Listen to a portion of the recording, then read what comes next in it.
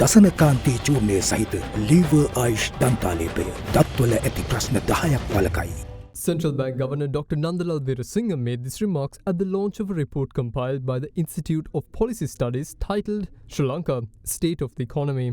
The suggestion that debt crisis leaves temporary but no permanent economic scars does not hold true for emerging market economies. For emerging market economies, there is a permanent output loss.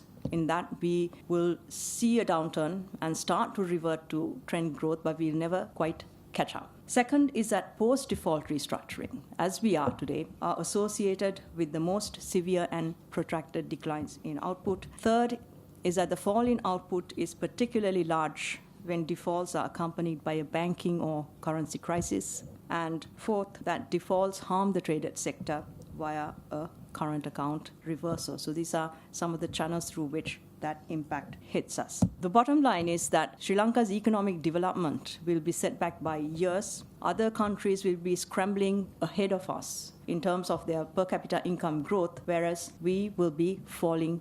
So given these costs related to uncertainties of debt restructuring and the costs of declines in real output, there is an incentive for governments and creditors to engage in shallow debt restructuring. Governments want to quickly tie up all the loose ends and have a deal on the table. For creditors, they'd rather get their hands early as far as possible and recover their investments. But again, research evidence shows that countries that do a shallow restructuring default within 2 years. So they are then termed serial defaulters. Countries that engage in IMF programs are found to have a positive catalytic effect. Your access to capital markets is easier when you are in an IMF program. And that is Sri Lanka's experience. 2009 to 2012, 2016 to 2019, much of our international sovereign bonds were borrowed during IMF programs. Now, that easier access also holds longer-term risks if that accumulated foreign debt leads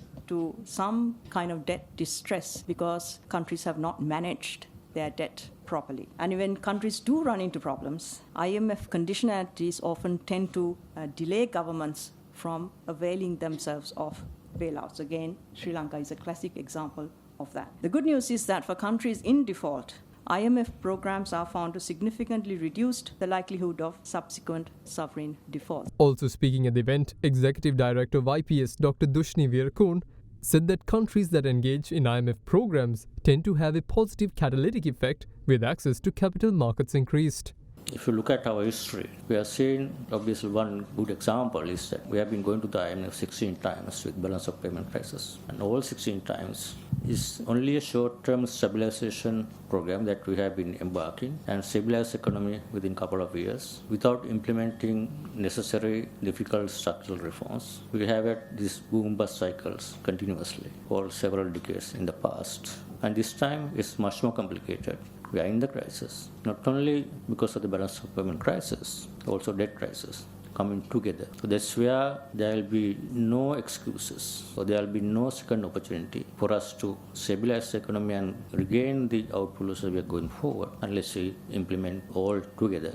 It's not necessarily only to stabilize the economy next year. It's some funds we are getting from the IMF, World Bank, ADB, and also some relief we are going to get in some of the restructure. That's only temporary relief that we are going to get. If we don't implement the more important reforms, growth enhancing and imbalances that we have seen several decades in this economy, then we would certainly be going back to same cycle, boom-bust cycles, and repeat balance of payment cycle. This time it could be repeat of debt crisis as well because we are in a debt unsustainable situation. This we are attempting to address both the balance of payment and restore the sustainability. That's why I think it's quite important that we want to make sure this time there will be no second chance going forward unless we do it right.